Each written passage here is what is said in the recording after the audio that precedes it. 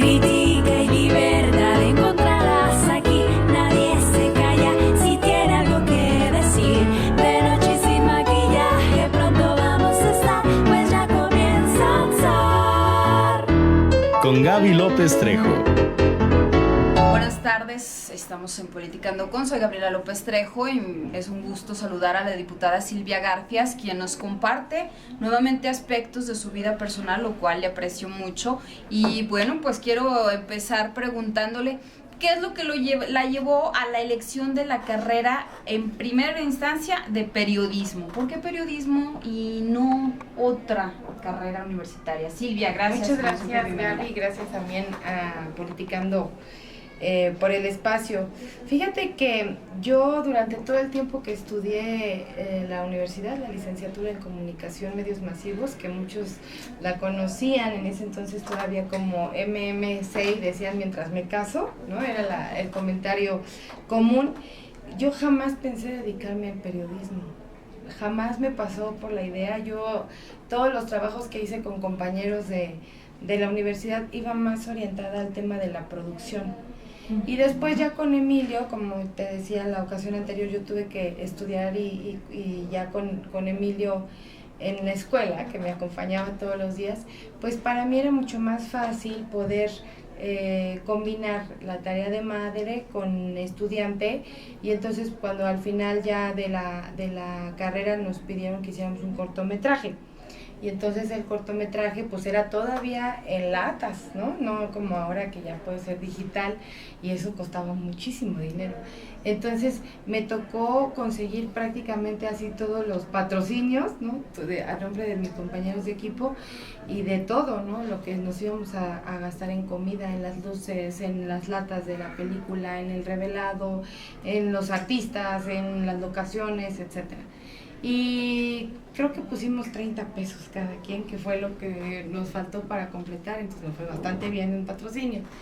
Pero nunca me pensé pues dedicarme al tema del periodismo. Eso se dio hasta muchísimo después que yo salí. Sí. Y bueno, de manera personal decidí terminar la relación que tenía con el papá de Emilio, que por cierto me llevo muy bien con él, o sea, es una relación muy de amigos, sobre todo pensando siempre en el beneficio del niño. Pero bueno, estaba yo en mi casa y entonces mi mamá un día me dice, bueno, ¿y tú qué no piensas trabajar o qué no vas a hacer nada? Y yo, ¿por qué? ¿No? Yo dije, yo estoy dedicada a mi hijo.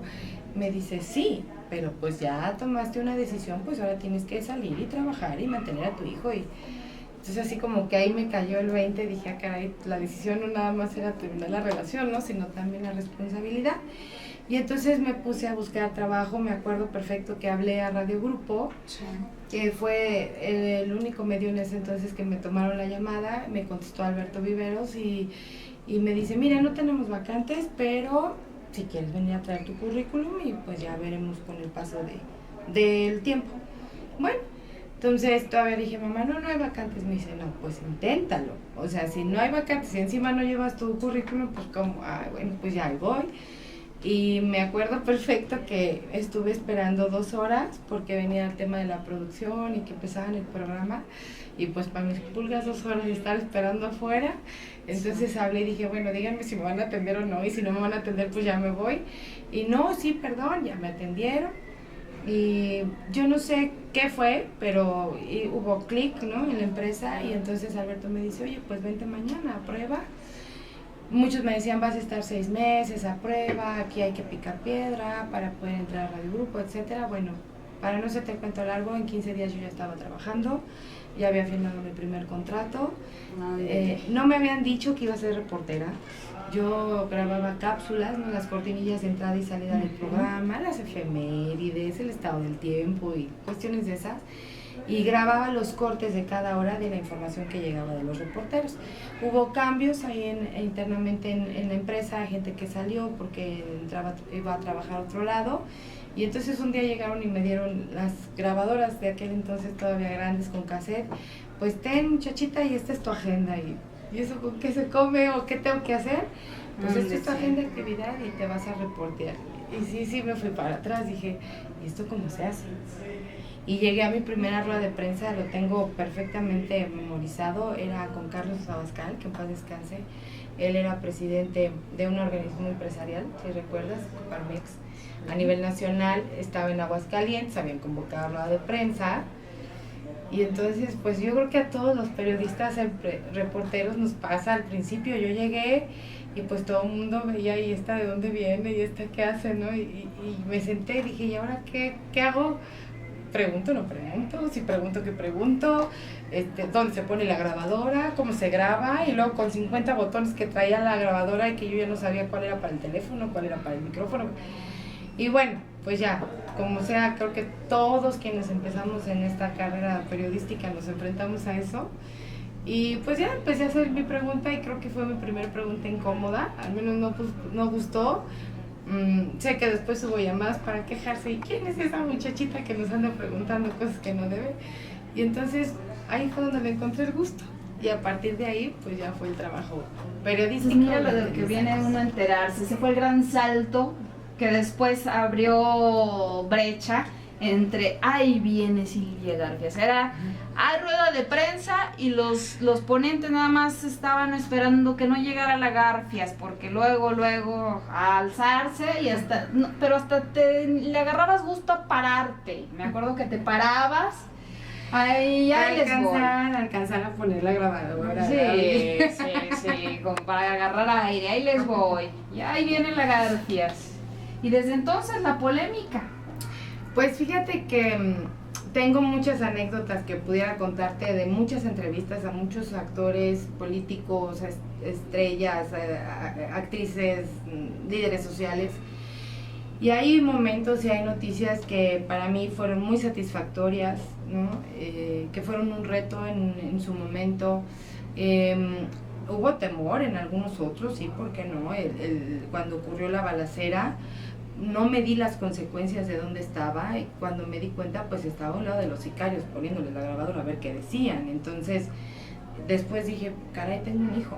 Bueno, ya en ese entonces tenía a los 3 niños y no me di las consecuencias de lo que estaba haciendo, pero es que es esa cosquillita de conseguir la información, de generar esa noticia expectativa. En alguna ocasión también alcancé a ver el filito de un noticiario nacional a las 11 de la noche en un canal multiplexado, y entonces dije, eso tiene que ver con Aguascalientes. Me acuerdo perfecto que me sacaron de mi recámara, tú ya te vas a poner a trabajar, entonces ahí nos vemos.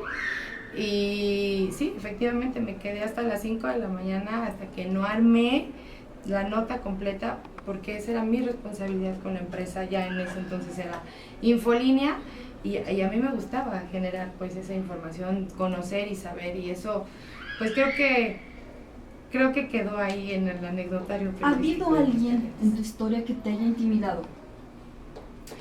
Yo te voy a contar una anécdota que me dijo mi mamá hace muchísimos años.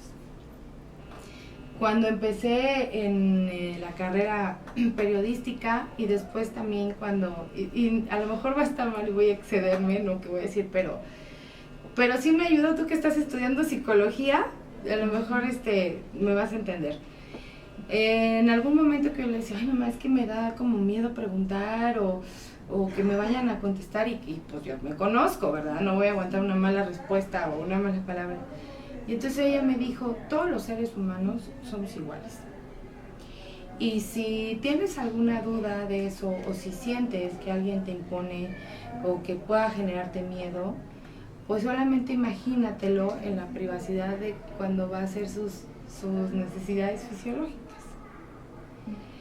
Y a partir de entonces, por eso tiene como 20 años que me lo dijo, ¿no?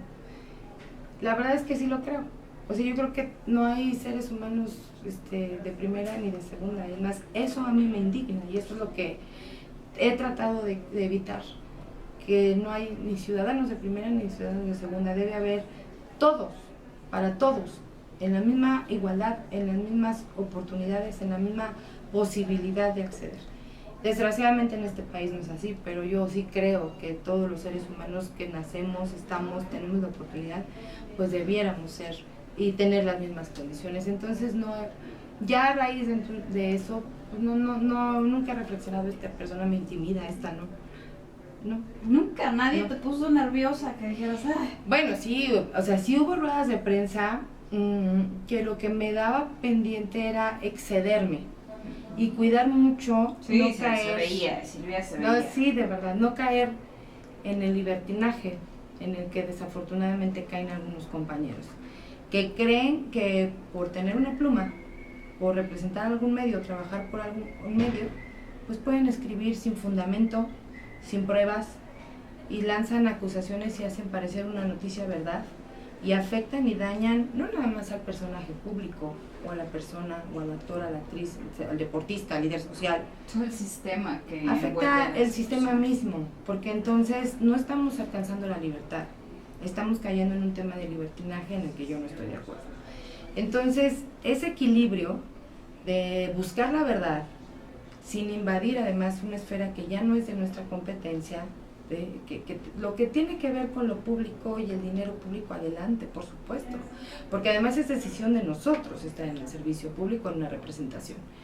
Pero ese equilibrio siempre traté de cuidarlo, aunque sí hubo ruedas de prensa en las que pues se oía después de la pregunta un gran silencio y yo decía, híjole, creo que fui un poco incómoda, pero pues ya pregunté. Ido ya particularmente y para aterrizar, que recuerdes una anécdota de tu carrera como periodista.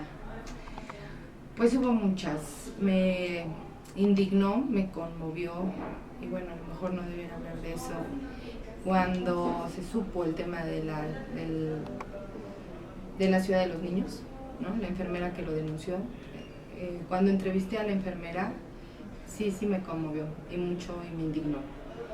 En alguna otra ocasión me tocó cubrir desde lo policíaco a un junior que creo que iba, no sé si drogado o con exceso de bebidas alcohólicas, pero atropella a una mamá que iba con una carriola y con el bebé en la carriola, y la carriola queda prendida al coche.